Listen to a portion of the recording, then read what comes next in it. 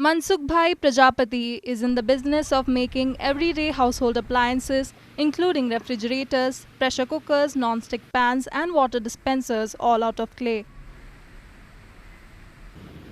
These products, marketed under the Mitticool banner, are not only eco-friendly, sustainable and effective, but also very cheap. His centerpiece product, the clay refrigerator, for example, has been sold across the country.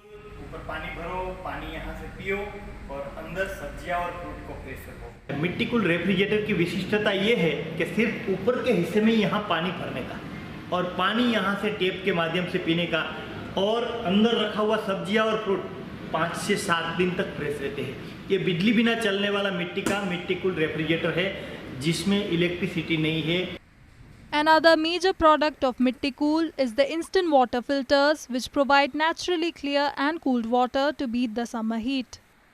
मिट्टी का candle है, ये candle में से पसार होके पानी यहाँ से निकलेगा, वो पानी हमें मिलेगा, मतलब एकदम ठंडा पानी भी मिलेगा और टेस्टी पानी मिलेगा। मतलब ये इको फ्रेंडली प्रोडक्ट में से बनाया हुआ मिट्टी का, इसके अंदर कार्बन है, पानी में जो दुर्गंध है उसको भी दूर करेंगे और पानी में से कचरा भी निकाल के साफ और ठंडा पानी देंगे।